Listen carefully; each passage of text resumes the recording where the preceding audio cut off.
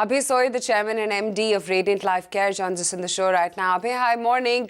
When we look at the hospital sector, Abhay, there has been consolidation for the last three to 4 years, actually. Do you think this is a trend which is going to continue, where there will be large four players which are going to dominate the market and largely consolidate?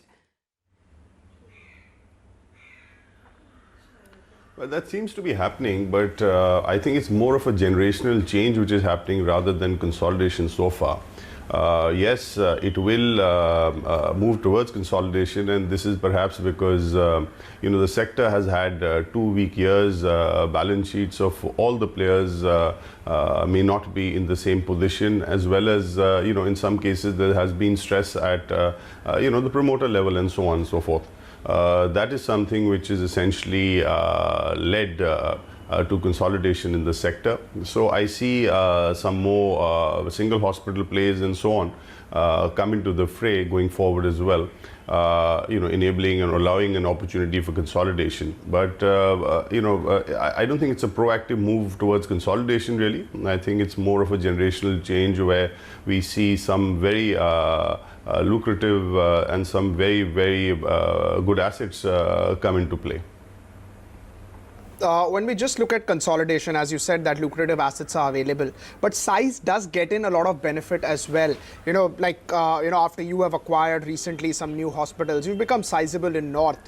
So can you just tell us that what benefits come in once you get better sizes, operating in different regions? How does that help for operating leverage? So I see a lot of advantage when you get geographical concentration. So that gives you a lot of heft. Size per se across geographies, in my mind, is not necessarily the best strategy, because really where you get the two areas where you get a lot of synergy, one would be purchase and the other would be marketing. But the minute you start spreading it across geographies, you start losing that advantage as well.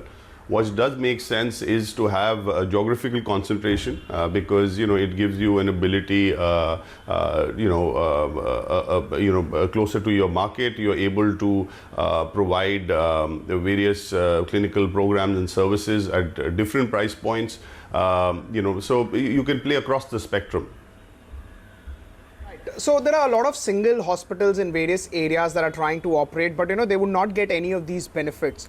Do you think that's the space which will consolidate more than multi-speciality chains? So of course, I think when it comes to single hospitals, again you're looking at primary care, you're looking at secondary, and then you're looking at quaternary care hospitals. What has happened is also over a period of time, the size and scale of basic critical size required for a quaternary care hospital has changed. What used to be about 150 to 200 beds in the past has moved to 500 plus beds, simply because of the comorbidities and the kind of clinical programs that you require. Today, to have an oncology program in a hospital worth its while, you're going to have at least about 70 to 100 beds dedicated to it. To have a cardiac program, you will have another 70 to 100 beds dedicated to it. And then comes orthopedics, neuro, various other specialties and so on and so forth. So, given the infrastructure requirement for quaternary care in today's date and age, at least from India standpoint, just given the quantum of people, the quantum of patients that we service, the minimum size, the critical size comes to about 500 plus. So either you're a standalone hospital which is going towards is providing the services that an institute does, or if it's smaller hospitals of 200 to 300 beds, then it makes sense to become spokes to larger hospitals from that standpoint. Right. Also, one thing that when we spoke, we just spoke to the management at Bajaj General Insurance. They just told us that, Mediclaim, the size of Mediclaim, the amount of people are insuring for Mediclaim has gone up. Can you just talk to us about Ayushman Bharat and this factor that Mediclaim people are aware that they need more? How is that impacting the volumes in the sector?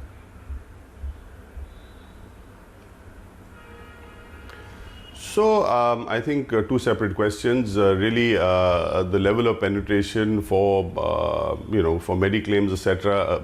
Even so far in India is fairly low. So there's a long way to go as far as that is concerned. What it is doing is at the hospital level, it's replacing a lot of patients who are paying cash at present or paying from their own pockets rather than insurance. So what we are seeing is the insurance pie enlarging, but it's doing it at the cost of the people who were cannibalizing the cash patients of the past. But as far as Ayushman Bharat is concerned, I mean, it's absolutely fantastic. The government has become the purchaser for the poorest in the country. Having said that, the bottom of the pyramid is the largest in terms of volumes, as it is anywhere in the world. Of course, it's a volume business. It's a huge volume business, albeit at a lower cost. New models will come up which need to address this sort of demand, but it will lead to massive volumes in the sector. No question about that. What's your take on market share as well? Do you feel that's only going to come in on the back of the launch of new therapies or differentiating products, anything else perhaps at hospitals? How do you feel, perhaps, what is the route you feel for increasing market share? So, in a developed economy, in developed countries and so on, market share does come on the back of newer therapies, because what you're again doing is eating into perhaps the more conventional forms of medicine and clinical programs. But in a country like ours, there is so underpenetration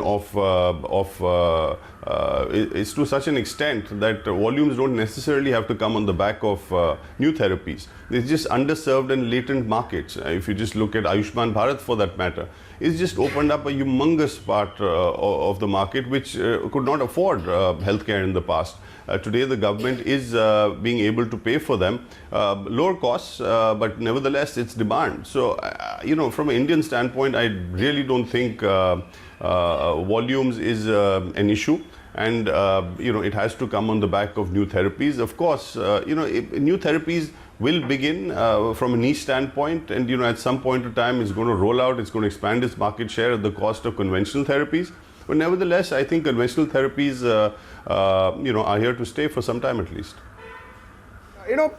We spoke to the management at Apollo also just a while back, and also Fortis, the new management. Most of the managements are talking about capex and being asset light and not being very, very heavy capex. They want utilizations to go up. They want their average revenue per bed to go up, and only then they would go ahead and make new fresh capex with heavy investments. How do you see investments in the sector going in on the backdrop of this M&A? A lot of people are preferring M&As to expand capacity rather than fresh investments. So I think two things, it's pretty much what has happened in most sectors as well. The hospital sector has come off a very large capital expenditure cycle, and you can see a lot of the hospital chains did incur a lot of capital expenditure 4 to 5 years ago. And you saw a lot of capacity over the last 2 to 3 years which came in. Having said that, over the last 2 years, what has happened is the cycle, the sector has seen a downturn. And we are kind of inching back, to strong ground again, and pretty much there. But when you come off, weak economics, it just kind of shakes your confidence to be able to, create more assets. Again, the economy is in a bit of a state right now. So I do see this changing over the next couple of years as, ARPOBs ramp up, as occupancies ramp up. Again, occupancies ramping up is a function of many things. You can occupy beds by lower category, patients as well. But, as the churn happens, we move up to stronger ground. You will see another huge cycle of capex happening. I mean, we need to create those assets to be able to serve the demand. Sure. Great having you on the show. Thank you so much for taking the time out and speaking with us today. Pleasure always. Thank you.